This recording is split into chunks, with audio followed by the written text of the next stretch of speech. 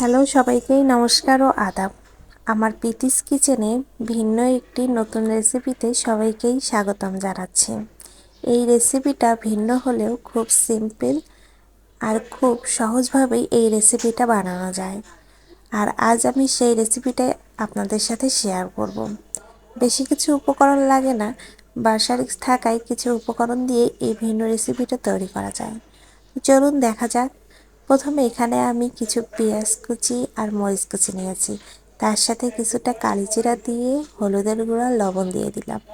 এখন একটি ডিম ভেঙে দিলাম, তার সাথে হাফ কাপ ময়দা হাফ কাপ বেসন দিয়ে সবগুলো উপকরণ খুব ভালোভাবে মেখে নেব। আমি হাত দিয়েই মেখে নিচ্ছি, আপনারা যেভাবে পারেন সেভাবে মেখে নিতে পারেন। আর এই রেসিপিটাতে হাত দিয়ে মেখে নিলে অনেক ভালো হয়। এই তো আমার সবগুলো উপকরণ মাখানো হয়ে গিয়েছে, এখন আমি এগুলো ভেজে নেব। তাই চুলায় একটি কড়াই বসিয়ে দিয়ে তেল গরম করে নিয়ে ছোট ছোট করে বড়ার মতো করে দিয়ে দিচ্ছি। এখানে তেমন কোনো কিছু লাগে না, শুধু পেঁয়াজ মরিচ একটি ডিম বেসন আর ময়দা হলেই এই রেসিপিটা বানানো যায়। আর এই রেসিপিটা কিন্তু বিকেলের নাস্তায় খুব মুখরোচক হয়।